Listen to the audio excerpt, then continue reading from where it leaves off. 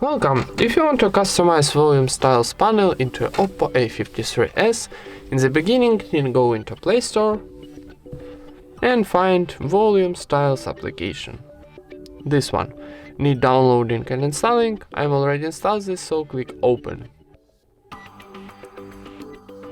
Wait a second for loading and then need choose your volume styles, maybe like iOS. Then in the top right corner we got start button, so click it.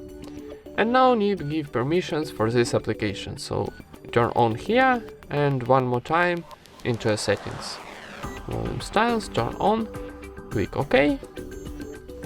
And now when we see stop button in the top right corner, our new volume styles are activated, like iOS.